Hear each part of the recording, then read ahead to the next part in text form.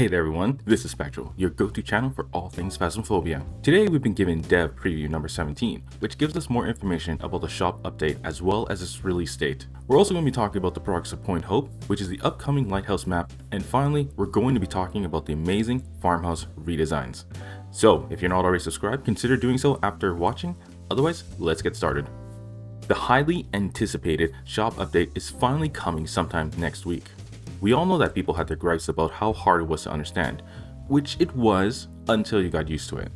That said, for someone who's new to the game, it can definitely be severely overwhelming.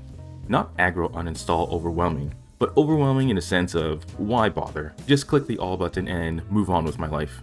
So the developers have decided to bring a fresh new look to the shop UI, focusing specifically on simplicity and user friendliness without all the cluttered interfaces. Here's what they've done to make it better for us. All pages have a short tutorial to help us out, which is pretty standard since that's how a lot of UI tutorials are implemented these days. Players who use controllers will be able to buy, sell, among other unmentioned functions, which is great for them because now instead of watching a slow moving cursor, they get to press one button and get back to gaming. Unfortunately for controller players, as far as I can tell anyways, we keyboard warriors will be able to rename our loadouts while they will not. I still don't find loadouts super useful. Maybe 1 or 3 are useful, but more than that is just a luxury. Here's something I personally want to mention. I love the design of the items. I fully believe the artists put their heart and soul into making them look even better than they were. I mean, it's beautiful to say the least. Like, take a look at dots, right? But on the other hand, the icons on the left kind of look a little childish. Not to be offensive, they just look really simple compared to the other icons on the right. Not to say they're bad, they're just a little bland. If we also look at the item descriptions, they're much better because they're more descriptive of what they actually do. Mind you, we only see dots tier 1 and 2, but I assume the descriptions have been updated for the rest of them. One thing I'm curious about is, if we take a look at the properties, we see 4 icons. Is icon 1 showing range? Is icon 2 showing spread, in this case dot spread? What does icon 3 mean? And from prior experience, icon 4 probably means it's electronic, so it'll flicker during events and hunts. I have to assume. These are things that we'll learn once it's released next week, and it'll be fun to figure it all out. We're now able to adjust the quantity and tiers of all items at once. It's a great addition and a level up to the all button that we currently have. So I'm looking forward to only using tier 3 items minus thermo and UV, at least until the tier adjustments make the UV a little funky. You can watch this video there to see what I mean. Last but not least, we're going to be given character customization, something I am absolutely looking forward to. Unfortunately, from the images, which I assume aren't up to date, the customization button is blacked out, so we may not be able to customize our characters on shop update release, or we might. We'll have to wait and see.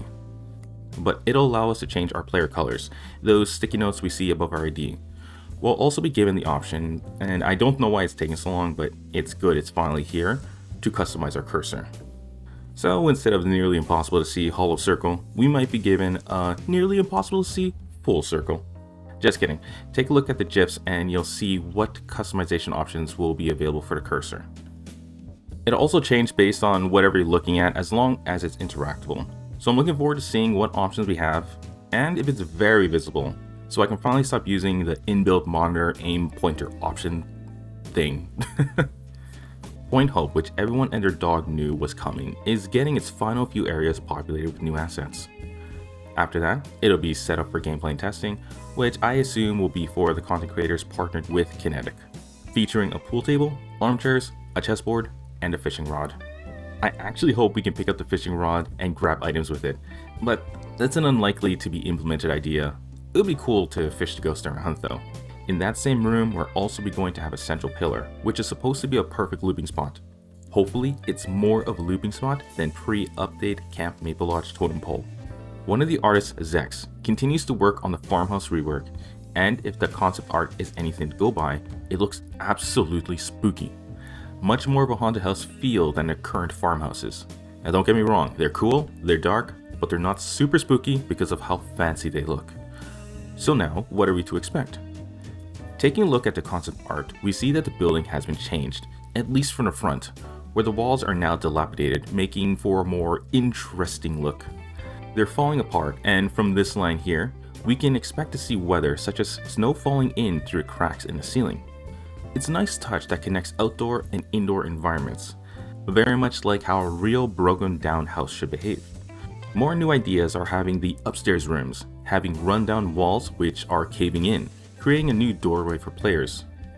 This is pretty cool, and turns the idea of doors being doors with handles as being the only doors on its head. That was quite a tongue twister. So I like the idea, and here's one that can be implemented too. How about, similar to Camp Woodwind, we have a torn cloth hanging across a hole that can be opened and closed. Personally, I think that would be awesome, especially if it could also flap in windy weather, or even rain or thunder weather. And there we have it, folks. A preview of what's coming to Phasmophobia. Next week, we get the long-awaited shop update, and from there, we'll eventually get the other long-awaited Point Hope, and the Farmhouse Rework. There's much to look forward to in the world of Phasmophobia, and I hope you're all as excited as me to see if it works out. Thank you very much for watching. If you enjoyed yourself, like this video. If you didn't, do the opposite. And if you're looking to show your support, check out the description for links to do just that. So that's it. May your investigations be spine-tingling and your ghosts cooperative. Until next time, this is Spectral signing off. Take care, and I'll see you guys in the next one.